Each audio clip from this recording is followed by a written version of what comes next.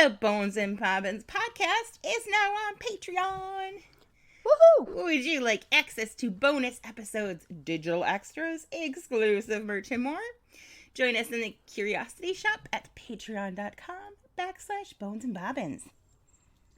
Your generous support helps make the show happen and will also earn you our very eternal gratitude and entry into our private Patreon-only Facebook group. Which is pretty delightful. It really is. And just filled with insomnia posts from all of us, yes, honestly. Definitely insomnia post. Which is kind of delightful because insomnia brains are a little bit creepy. They are, and if I have to see it, I gotta share it. I agree completely. Those creepy dolls still haven't sold yet, and I can't understand why not. Fascinating. Did I tell you that I found and unpacked my frozen Charlotte? Did you? Yeah. That's exciting. And I also found another teeny tiny antique doll that my friend Amanda sent me that looks just like me because, of course. Of course. Yes. In a dusty old shop on a forgotten old street, you'll find two witches with books 3 boxes deep. Next to rusty old needles and faded red thread, you'll come in for yarn, but leave with pigments instead. Whether poisons or patterns, we're always discreet, where creepy and crafty and morbidity meet. Welcome to the Bones and Bobbins podcast. Anyway, hello, morbid makers. We are your slightly creepy, mildly disconcerting, somewhat sinister, delightfully discomposed, opaquely odd, merrily morbid, marvelously misanthropic hosts. And this is Bones and Bobbins, Season 4, Episode 8, Where Did You Find That Key? Secret Drawers, Hidden Compartments, and Locked Cabinets. I'm Haley from Red Handled Scissors and the Very Serious Crafts podcast, and I go by she and her. And I'm Natalie from Uberdork Designs, an official true crime creative, and my pronouns are she and her. Excellent. Hello from my tent. Hello. Hey, hi. Yes. How are you? 'Tis been a minute. It has been. Oh, gosh.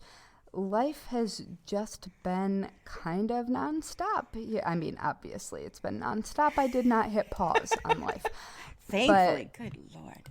Oh, yeah. It's been a busy summer. It has been. It has been. Yeah. So what's new with you? A lot and also a little. All right. Like, I have a list I was keeping of somewhere of things to bring up, and I don't know where that list went, because, you know. That's the way it goes. Right. So I will just go off of currentness. I have one more small group class, and I think I'm 2 weeks away from the actual obtaining of piece of paper that says you can has job doing UX design because you was good at it, which is crazy. Yeah, it's been very intense, but also which probably means we should redo our website so you aren't embarrassed. So yeah, it's been very surreal, very fun. Like, it definitely is something that I was meant to do. Like, just, it combines, like, oh, that's awesome. Yeah, it combines all of my weird background into, like, yeah, no, this is what you should be doing. So it's exciting. I absolutely love our little Discord group that we've got. They're amazing. I am so old and confused by Discord. You know, I was too. But yeah, no, it's just kind of like our little private area. It's a lot like bulletin boards. Remember how you, like, used to have, like, there'd be, like, one channel thing, and then it would have, like, little subgroups kind of thing. I mean, like Reddit. I mean, yeah. I mean, if you want. But also, yes, if you want to drop a name, remember, I suppose. But yeah, no. I do remember old school bulletin So boards. it's a little bit like that. But, you know, you get to add fun stuff like, you know, GIFs and files and all kinds of stuff. So There's that. The other day, I did not have a chance to take a picture, but the other day I wanted so badly to like jump on and tell everybody. Our new favorite Amish cart spotting. Oh. It would be Amish at the Pizza Hut. Oh, At the Pizza Hut, I was like, love an incongruous Amish sighting. right? At the Pizza Hut. Still, and this is what perplexes me, is it was in the town by which those Amish do not wave back. So I'm like, the ones by us are amazing. And the ones down the road, I lovingly refer to as Amish Alley, because there's one road that has just Amish farm after Amish farm. Yeah. I had new baby goat friends, but then they moved to the new baby goat friends. I had a new favorite grumpy goat friend, and then they moved to new favorite grumpy goat friend.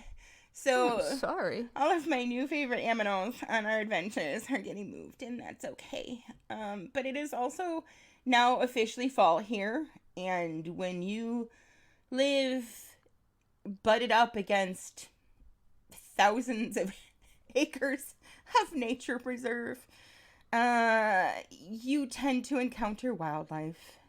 And one of the wildlife is the mice season. And I don't know where. We have to figure it out amongst our entire house. But somewhere mices are getting in, which makes cats very, very happy. But also leaves for gnarly presents in the morning. Or just being awoken in the middle of the night, because these two are something else. And it's so funny to watch them because, like, you know, Ron Swanson is the one that's been through 2,500 homes.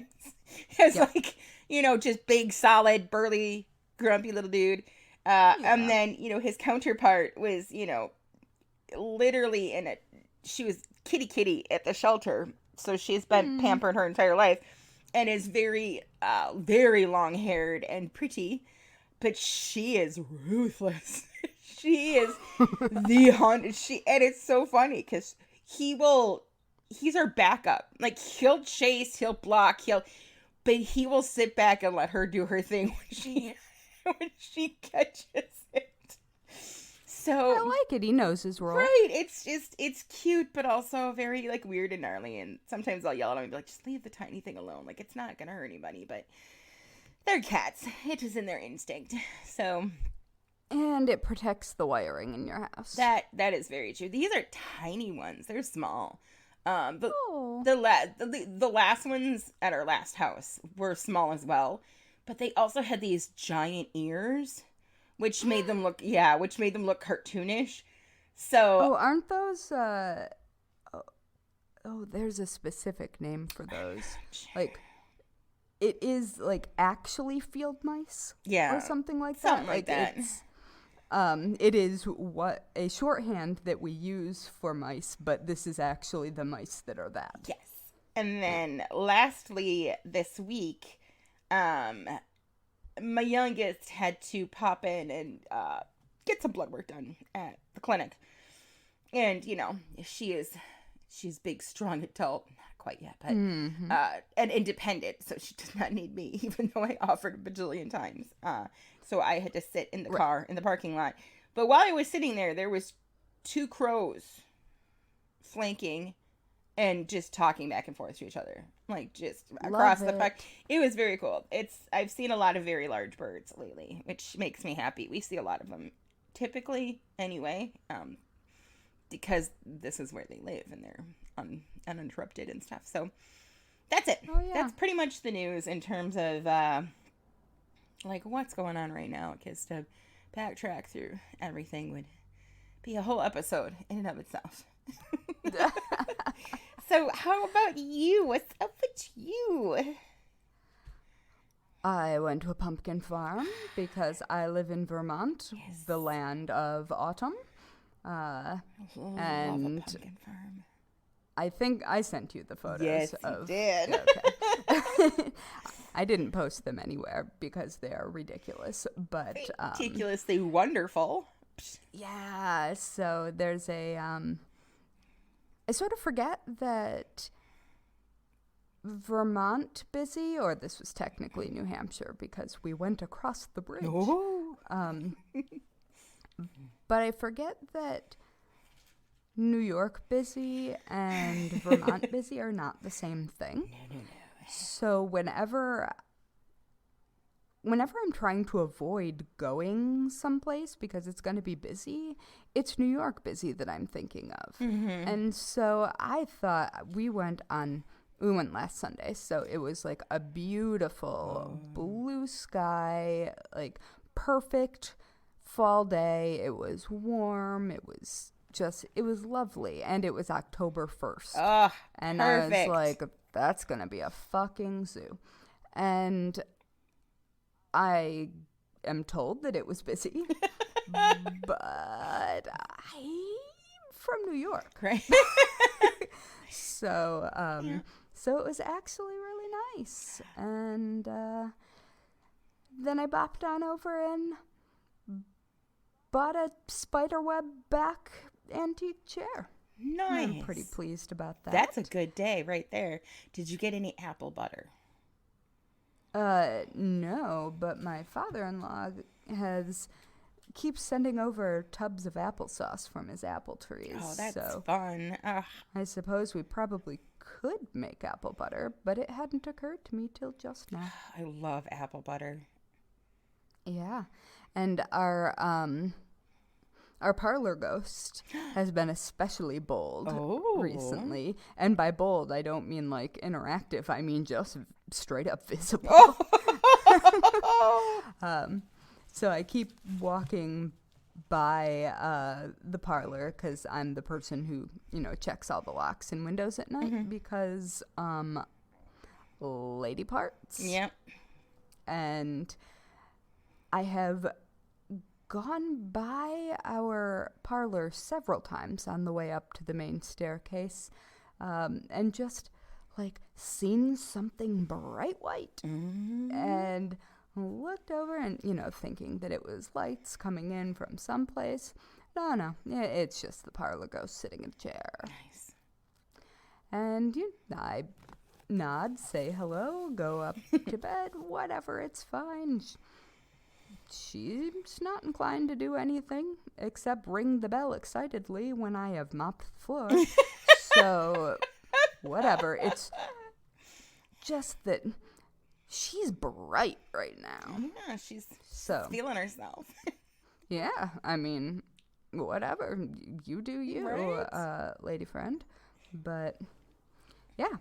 So, that is basically the short version of what's going on in my life. Nice. So we should probably now take a quick break to thank all of our fantastic Curiosity Shop members over on the Patreon. Yes. And give a very special, totally normal, not at all creepy welcome shout out to our newest member, Rebecca Darling. Such a good name. Such a good name. Rebecca. Darling. You amazing being. Welcome. Yes. My apologies for taking liberties with your name. I just want you to know, though, that you're the best. Absolutely. And we would totally go explore hidden old graveyards in the woods with you. Definitely. Especially right now, because it is so beautifully crisp. It is. Leaves are falling. Gorgeous. Gorgeous. Yes. And if you went in on this fun, not only are you going to get all the stuff that we mentioned, you're also going to get a huge, huge backlog of Patreon-only episodes. And it's true. By huge, I mean like, I don't know, I want to say like 65? 60, yes, something like that. There are currently 65 just hanging out and waiting for you. Yeah, and they vary from like, just extended versions of the podcast before to special guests to our cats. You never know. You just never know. Yeah, our own personal ghost stories. Yeah. There's a lot going on, Yeah. so check it out. Check it out. And we're shaking this week up a little bit, and next week I think too we're shaking things up a tiny little bit. Yes, because our lives have been Banana pans. Yeah, that is exactly it. I am going to tell Natalie about a topic this week, and she's going to return the favor next week. Yeah. We just wanted to give you the content, but we wanted to give each other just a little bit of extra breathing room since we're both kind of busy right now. Yeah. But we'll go back to over talking about everything together soon. Oh my gosh, yes. And I mean, obviously, we're going to overtalk this together anyway, so. Yes. Know what I'm going to tell you about? What you gonna tell me about? I'm so excited about this topic. I'm going to tell you about secret drawers, hidden compartments, and locked cabinets. Yes! Yes. Oh, I'm so excited. So excited. Yeah. So, the idea for this topic started out when my friend Amanda, the one who sent me the doll that looks like me a long time ago, texted me a link to this reel on Instagram from a person called Eightfold Fox. Oh. And it was entitled Spooky Table Update. Oh. And it's more or less exactly what you're thinking. Spoiler, she found a hidden key. Ooh. And, well, actually, I'm not sure what their pronouns are, so they found a hidden key. And then that got me thinking, I live in a house filled with antiques. Yes. Because, like, IKEA stuff just does not look right in my house. Like, it looks totally fine in so many settings, but spooky old Victorian is not one of them, because nothing is straight here. And you can't have clean lines when there aren't lines. Kind of So, kind of square peg round hole. Yeah. Wrestling with cats. I was going to say, I see a floofy kitty face. So, I was thinking about, like, so I have a secretary. I have a collection of secretaries because people keep giving them to me. It's a tough problem. Yeah, so if you don't know what a secretary is, it's a basically one of those desks with the pull-down front writing surface, and usually inside there are some drawers, and then the top part is usually like a lockable glass cabinet. Perfect altar. And perfect altar. It is, yes. And so I have several of these, and I am lucky enough that the ones that I have had their keys with them still. Oh, wow. That is really lucky. Yeah, and like a lot of the furniture in my house does have its keys. Doesn't always matter, but so one of the secretaries is on the landing on my second floor, and it's filled with the usual drawers, compartments, letter slots, the like normal desk things, and it has a hidden surface so it not only opens, but you can pull out a writing table. Ooh. And like it's a really cool piece of furniture. but it has a cabinet that's stuck. Oh. I have no idea what's in it. I have the key, but the lock is stuck, and it's also, it's still kind of humid in Vermont, so nothing that's antique wants to open or shut, including every single door in my house. And so I have no idea what's in it.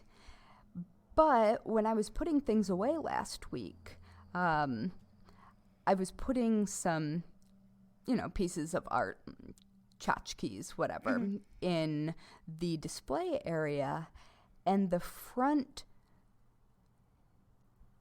a front decorative panel came off in my hand when I was closing the door. And I was just like, ugh, old piece of furniture, something came unstuck. But now I'm not so sure. Oh. So I'm going to have to go back and look. And so I've got that. I've got basically a huge roll-top desk that looks like a piano. Okay. That has a million tiny little drawers, and whenever kids are over at my house running around, they accidentally pop them open, just by vibration. And it's self-contained. Where you put your feet is built inside the box of the desk. And so I am positive that there are things that I have not discovered in this desk, but it doesn't have the keys, and it's got piano locks and not normal skeleton keys. So there's just a bunch of stuff in my house that I'm now side-eyeing. What are you hiding? What do you have going on? So you're gonna get a lock pick set, right? Oh, I don't need one. Oh, okay. You're I don't want to do this. Okay. I mean, I do, but so right after we moved in, I was obsessed with making my first floor bathroom door lockable. Okay. Because the way that the door exists, you can't just put a slide lock or something, and a hook and latch isn't really practical for it. So I wanted the mortise lock, so the lock that's in the door where the skeleton key would go. I wanted that to work. And I thought that would be an elegant solution for everyone involved. The door could lock when people were in there, and also it would make me happy. There you go. Win-win. Yeah, exactly. And so I bought this set of replica skeleton keys, which was, I can't remember, 30 maybe of the most common skeleton keys for various uses. So cabinets, mortise locks. Oh, that's fun. All of the things. And I also have, obviously, in my house, a bunch of real skeleton keys from the time period, and I picked up a bunch of them. Do you have them on a big old jailer's ring? Hell yes, I do. I love it. Yeah. And so I've just been adding to my collection, and I've found some matches, some of it's worked, some of it hasn't. But the problem with very old locks is that very old locks get, filled with gunk because life, but also they have springs in them. Oh. And those springs can break. And when those springs break, then the mechanisms don't work in the way that they're supposed to. How about the springs? Because I was you could do some orange oil cleaner in there to degunk. Oh, yeah, and I absolutely have done all of that. But if the springs are either too stretched or broken, it doesn't matter if things can move because those springs aren't doing their job. And so I learned this lesson the hard way. Of course. Because I have a 3-year-old nephew. Like cherubic blonde 3-year-old. 3 already? Wow. Yeah, he just turned 3. Like last week, in fact. I missed his birthday party because I was sick. Aw. But anyway, so he was over, and we have a door between our dining room and kitchen that has a lock that's been, or a latch, not even the lock, that's been sticking literally since we moved in. And it's been getting progressively worse. And I need to take it apart and replace the spring in the mortise lock. Like, that's what the issue is. I know what the issue is. And yet, doing that requires chipping away lead paint, which requires keeping the cats away. Like, it's a whole thing. It's a abatement situation. No, yeah, and I mean, it's fine. It's dry. I wouldn't be sanding it. I'd just be, like, chiseling it off. But, like, you want to take some precautionary measures. Yeah. And so, unfortunately, my little nephew did not understand the concept of, no, that door's going to get stuck and maybe we can't open it. Oh, no. And so he managed to lock us out of half of our house, which required me to, luckily I was on the correct side of the door, so I could unscrew the doorknob and knock out the we have mercury glass knobs. And so I could knock it through and get a big ass screwdriver, stick it in there, and release the latch. But like that's the kind of bullshit that you deal with when you deal with old ass locks, and also like doors, cabinets, cupboards, drawers that you know should open, and yet. Yeah. So, in purgatory still, in repair purgatory, are both my bathroom door and my dining room door, which weirdly enough are within like 10 feet of each other. And those take priority, so I get it. Yeah.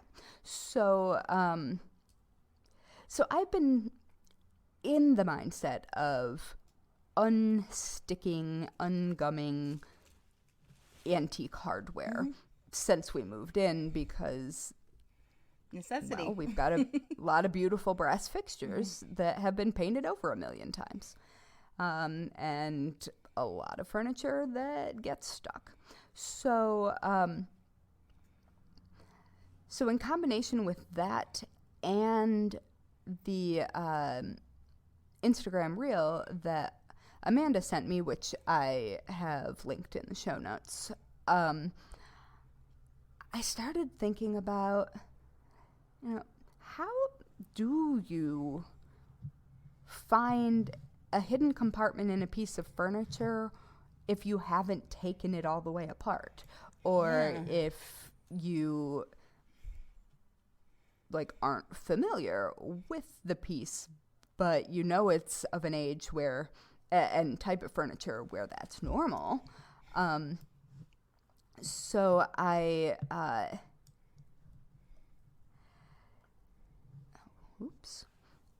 so I was looking around on the internet to see if there was a guide, because I was pretty sure that at least some antique dealers must specialize in this. True. So I found a post from Cavell's Antique Trader, which is helpfully entitled "Where to Find Secret Compartments in Antique Furniture." That is very helpfully titled. the thing about secret compartments in furniture is we often think about them in like fancy items or elaborate desks or whatever, but they're actually super utilitarian things. They have historically been used for the exact same thing that we use like bank lock boxes for, or also hidden compartments, whatever, to keep your private business private. Yes. And so, of course, these things would exist in normal items like traveling trunks. Oh, yes.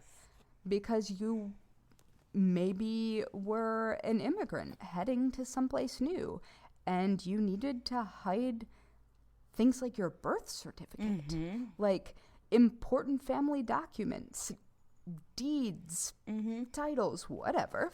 Because that shit was not stored electronically. You lost that. It was lost. Well, exactly. And they were also things like if somebody stole the deed to a property, Right? it would be very hard to prove that it wasn't theirs. Yeah. If they had the deed in their possession.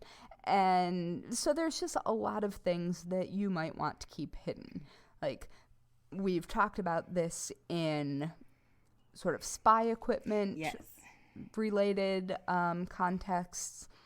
And there are lots of ways, like, beyond furniture, like, the wall safe hidden behind the painting, or The room behind the bookcase.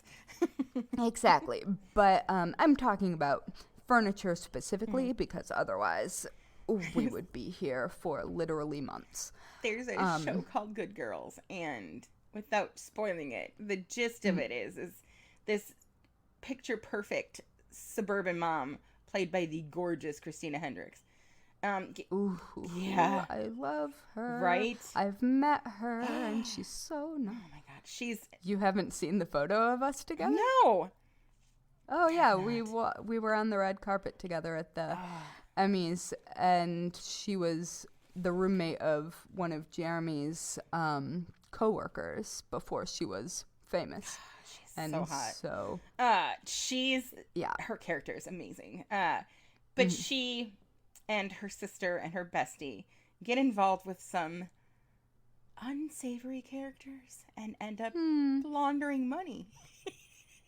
She becomes Like you do. right. It's kind of like Weeds, only with laundering money instead of drugs.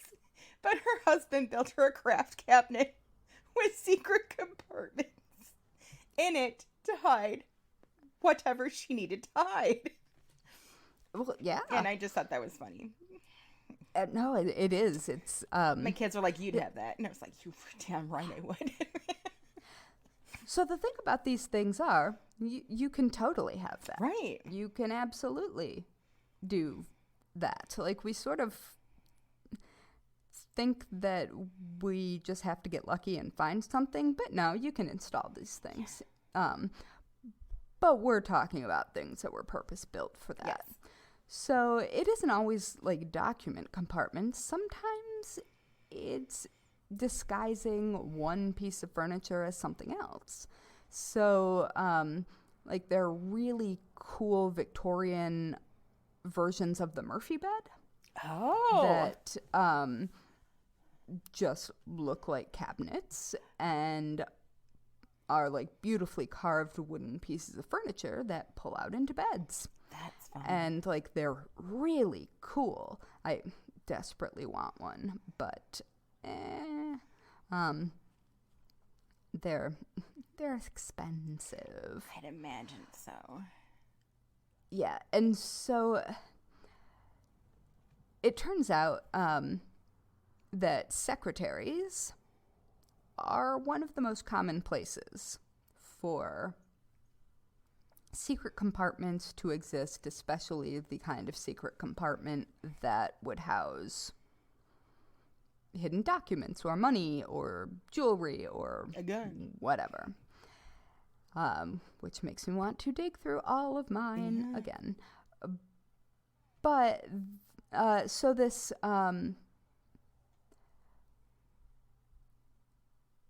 this article on finding those hidden spaces has some tips on checking specific areas. So there are also things like crowns that can be removed, mobile elements,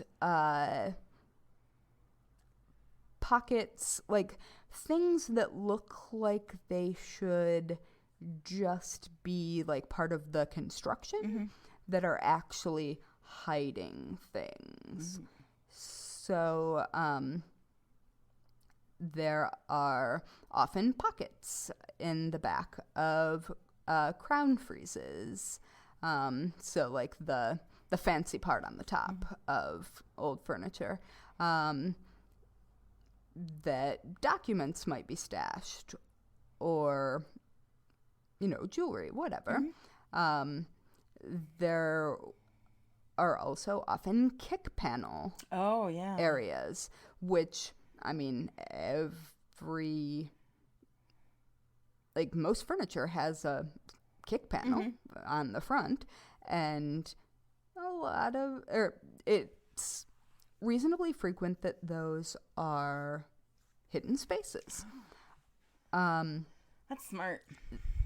Yeah, you could also pull out drawers that are hidden behind decorative valances, or decorative scroll work that adds spaces between compartments.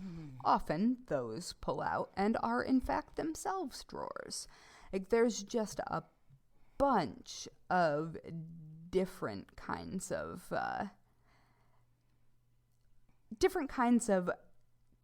commonly used hiding places, which I think are really cool. Yes. So one of my favorite items that sometimes has a hidden space is the newel post on stairs. Oh, yeah. And I have not opened ours yet because I can't figure out how to open it without damaging it. Yeah. Because I don't think that it was made to be opened, but some of them are. And sometimes tables, the entire top will lift off. Ooh, or underneath there's a whole sliding thing. Yeah, so there are just so many different ideas, different places you can check. And you aren't guaranteed to find anything, but it's not unusual to find things. Still fun, especially when you're talking about Victorian or earlier items. Right. Yeah, you're probably not going to stumble upon Narnia, but You never know. You never know. So I'm going to send you a link right now because I have a new crush. Okay. And I will say that I don't know anything about this person as a human. I only know about this person as a creator of 18th century furniture. So if they're a terrible human, I do not have a crush on that. But their work, chef's kiss. And that is David Rutgen. Okay. And I am dropping that into the chat right now.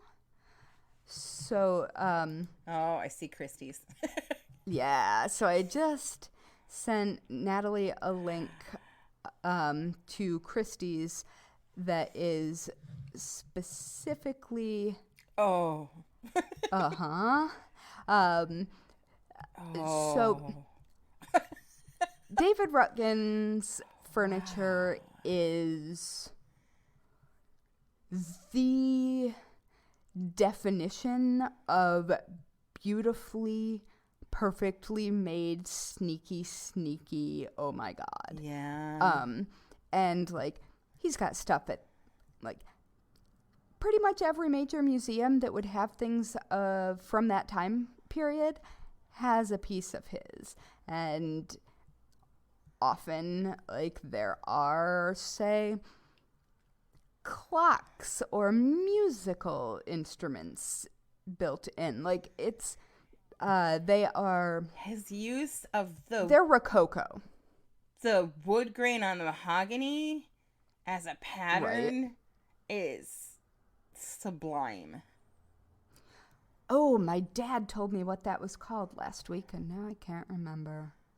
It's like flashing or sparkling. It's very intentionally placed. Yeah. And it's beautiful.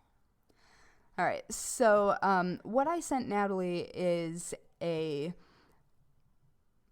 set of furniture that is 2 side tables, a chest, and a desk. So do you want to describe a little bit about what you see? Yeah, let me go back up. Let me wipe the drool off my face and go back up. I know, right? Page. Wow. Okay, so there is the piece that... Okay, so I'm going to scroll down. There's the big main page at the top, which we call... Yep. And this link is in the show notes, too, so you can look along. Which, in UX terms, we describe as the hero image. So I'm going down where they're placed on the wooden pallets, which are great juxtaposition there and style and stuff. Yeah. I like that the letter box is on top of a box that says Fragile on it. They're all mahogany with gold brass finish. And there is not a dent, a scratch. They're pristine and lacquered, but not highly lacquered, like not overly lacquered, and just divine. I mean, he very definitely has a very specific style. I really like this. So the desk is amazing. Yeah, I'm sending you a tour of the desk that's at the Met, a YouTube link. Okay. It's an 8-legged desk. It's got the set of 4 interior legs to it too. Yep. And it's got the lid that comes down. There's no lock on the lid exterior. But see, he's rolling it up, and on the inside it's pretty standard. I really like this. What is this? The German or Molu mounted mahogany secrétaire à bâton. See? That's 820 something days in shit, yeah. I mean, combining German and French. Right? Hot damn. It's just a really skinny, tall side table-ish looking thing. But it looks like the side opens up. That would make it a very, very incredible, like, mini bar. Right. It's that whole mahogany. It's the style is very similar with like the gold inlay in the middle of the writing tables. Yeah, everything folds out. There are compartments within compartments. Like, it's just cool. And everything fits perfectly within everything else.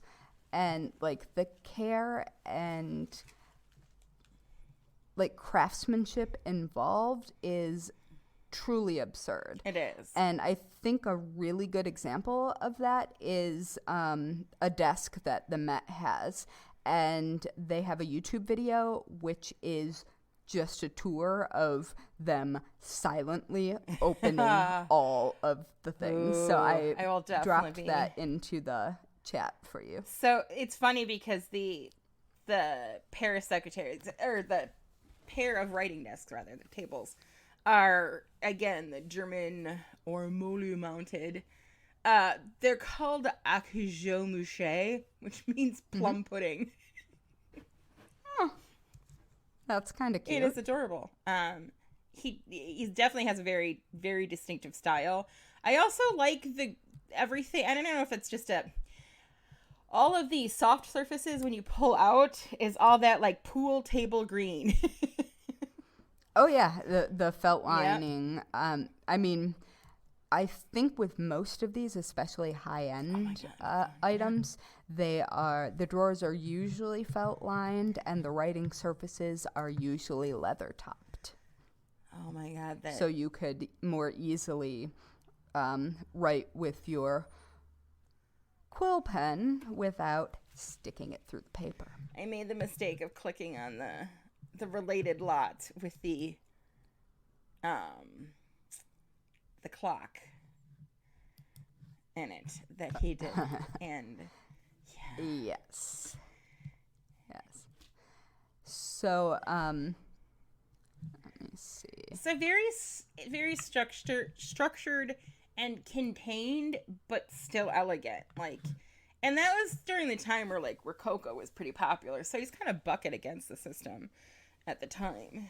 I mean, he's very minimalist compared to. Think his designs are considered Rococo. Are they? I think so.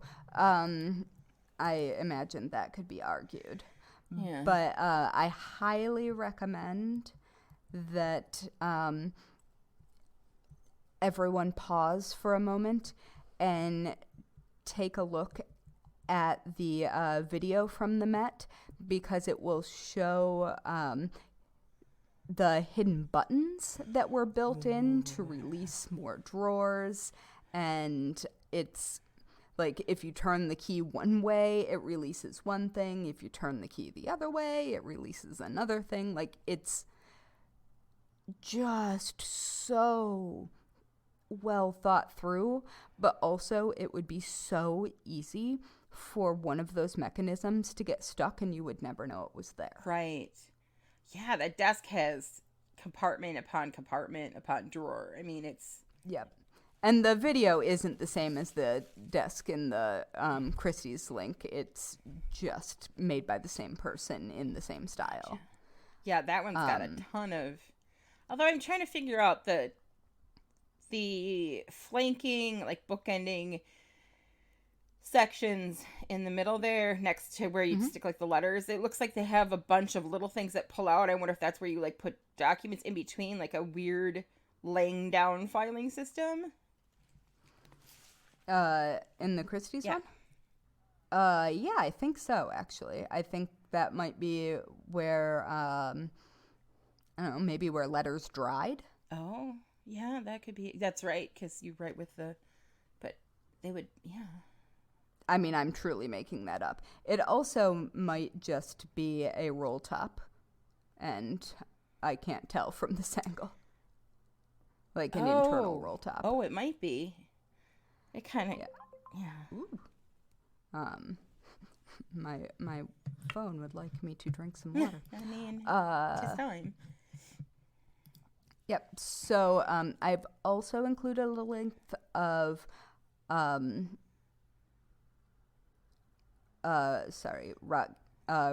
Rutgen's Berlin Secretary Cabinet, which is extremely Rococo and also even more elaborate. Okay.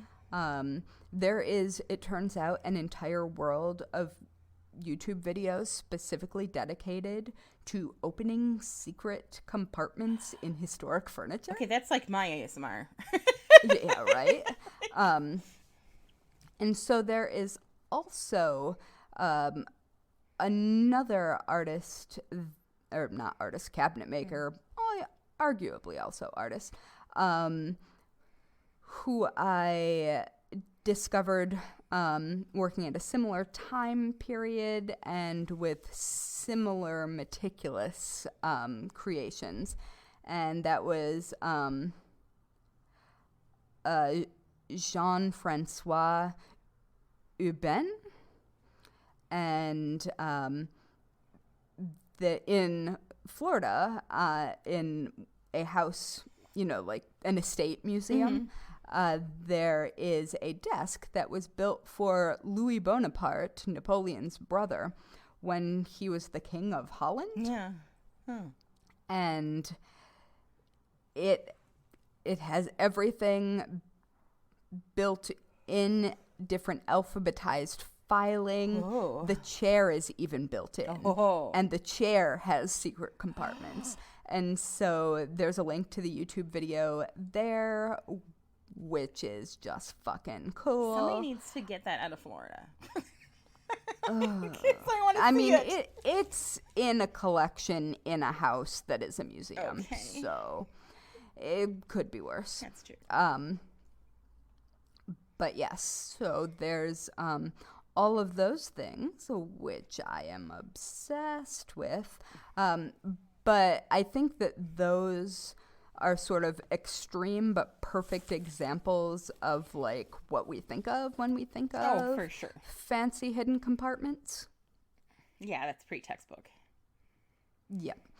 And so when sort of looking at these, I was thinking about the like hidden rooms, built-ins, surprisingly useful antique discoveries. And in my own Spooky Yellow Victorian, I have a sideboard that has a hidden table that pulls out for making drinks. Ooh. And it is a mahogany sideboard with really similar patterns to the yeah, it's beautiful. It came with the house. But there are just so many like both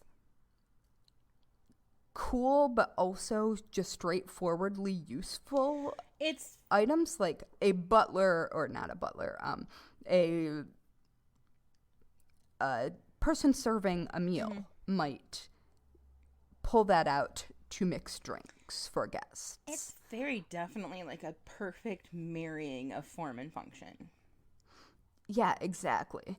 And like I have a card catalog that has 3 not so secret pull out tables that you can pull the drawers all the way out and set them on the tables so you can dig through them without them falling on you. Memories. Yes. An entirely different secretary to the one that I was talking about earlier. I keep finding things in the drawers that I have cleaned out already.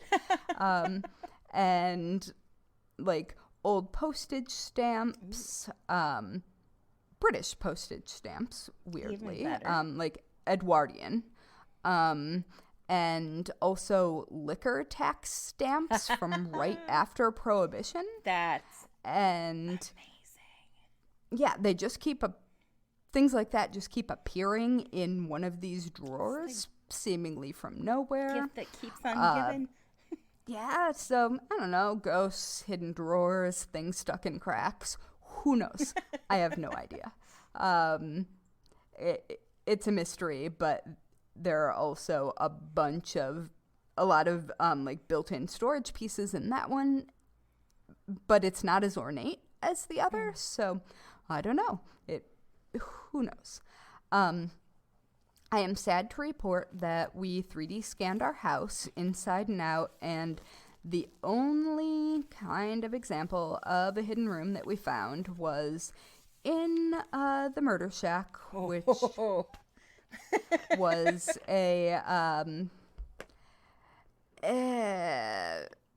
side building that was attached to our barn, which is attached to our house, that I think was probably at some point used. It's near where the hayloft area would have been, and I think it was probably where like a horse groom would have slept, perhaps.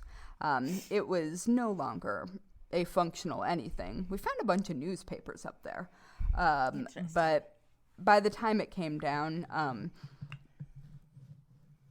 the structure had evolved through time where you could tell that it was once someplace that someone could go, but it no longer was, and also the murder shack doesn't exist anymore, so bye.